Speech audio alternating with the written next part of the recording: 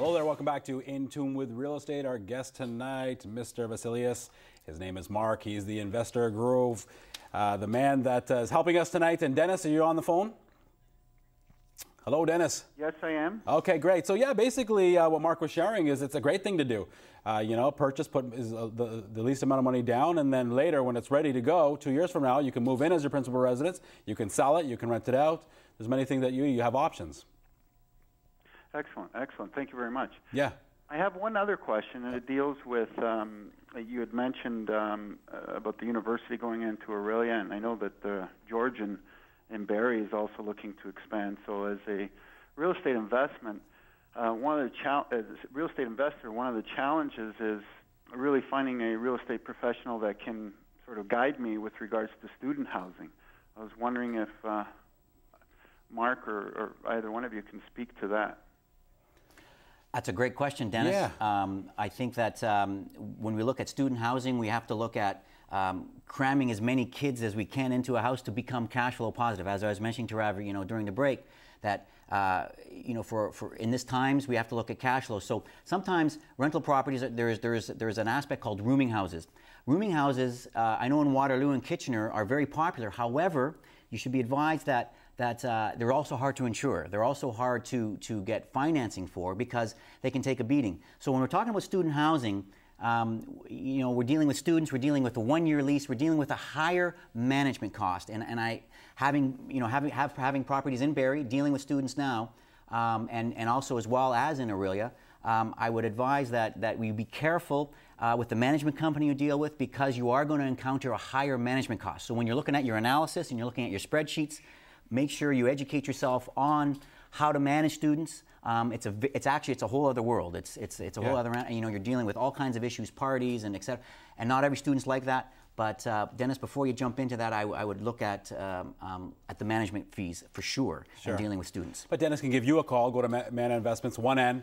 It's on the screen. Sure. Give you a call, and you could hook him up with an investing type realtor. Yep. But as well as yourself. I mean, you're now a realtor because you wanted to be able to do that kind of stuff on your own because you and bluntly said, which I don't have a problem with, even though I'm a real estate broker, that they're hard to find. A realtor that's going to help you in your investment, is hard to find. Yeah. That's what I've been finding. That it's. Yeah, but I know that Mark has some and is one, so maybe just give him a call tomorrow morning and you can go from there. Great. Okay. Thank you, gentlemen. Thank you. So Thanks much. for your call. Thanks, Dennis. Let's go to Sean from Markham. Hello, Sean.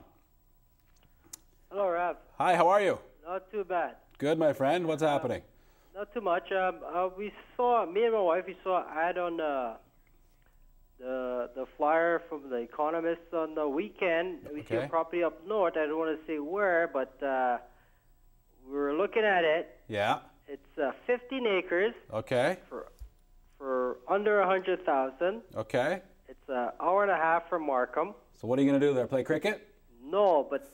Field hockey? No, I do heating and conditioning, right? Okay. No, I'm just kidding. I'm just wondering where your accent is and what your sport is. I did a job for a guy in Aurora, and his father-in-law owns a cemetery in London.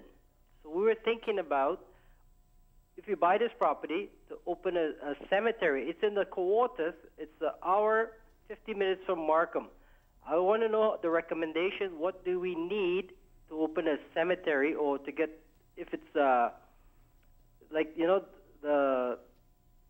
what we need to do to get instead of building houses or cottages, to get a cemetery permit or whatever. Very interesting. Never heard of it. I know, this is a good business. Yeah. I never thought of it till I met this guy, right? Okay. So can you give me some information? I'm going to hang up right now, but I'll listen on the TV. Okay. Okay, thank you, Rob. Or you can turn it down and stay with us. It's up to you. Yeah, just turn the volume down. All right. Okay. Sean, that was a good question. It was a unique question because I've never heard of buying a plot of land to turn into a cemetery. Well, one of the first things, though, Sean, you would want to look at is that getting financing for land. Whenever you buy land, especially now, today, with the markets tightening up and the financing tightening up, you're going to have to put a lot down. With an investment property, we always look at leverage or using the least amount of money as possible. With an option or an idea that you mentioned, that's a very long-term thing. I would consider that somewhat speculative. I mean, I don't know anything about getting cemetery permits or things like that, but you're looking at buying a piece of land.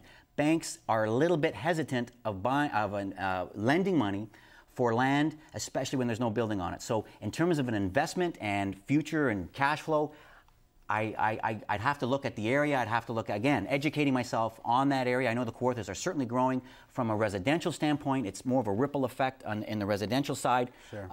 But in terms of buying raw land, I think you'd have to be well funded. Right now, the big boys are buying land way in the, like, the Gaspers and all the big green park. They're buying land and sitting. I mean, pretty much when you buy land, it's almost 100%. That's exactly right. You can get a builder's mortgage if you're going to build something on it. Like, let's say you're going to buy a little lot. You buy it straight up cash, and then you get a builder's mortgage to build the house of your dreams, or whatever the case may be. That's right. But to purchase land, Sean, you're going to need a lot of money to put down because there's no collateral. There's nothing there to give the lender back, if something were to happen. And we're also dealing with a lot of vision there.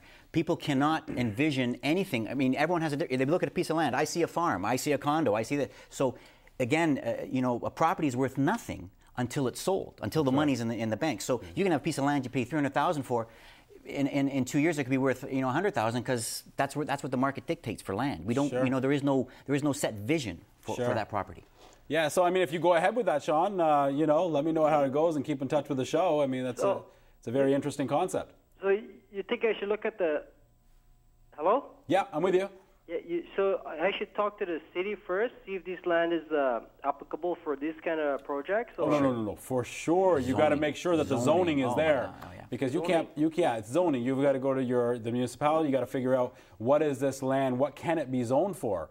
I mean, there's places that are protected, and they may not be zoned for what you want to do. So you're going to have to do all that kind of stuff. But the most important thing is to get your team together. I mean, get a good lender, get a good realtor, put these people together, give Mark a call, in the morning and kind of, figure that out. But that's what you have to really be able to do first. The financing wasn't a problem, but I have a buddy who works with me, and he lives in Peterborough, and he's telling me that area is a good area, but he's telling me you got to look at if the land is swamp, if it's close to the lakes and stuff like that, if it's a farmland. And he said you got to check, because sometimes this land could be worth nothing. So I was just curious. That's why I phoned your show tonight to find out. Yeah, I was just thinking about something for investment for the future for me and my wife and my kids. Sure. Just some kind of investment to put in, because I know the markets are going down right now. We took our money out of the markets, so we want to invest it into real estate. But I'm kind of, I'm hesitant a little bit. Yeah, I mean, I think with a lot of education, there's some really good things out there that you can do. A lot of good opportunities. Yeah, and Sean, if just from quickly what you were saying there, I mean, in terms of long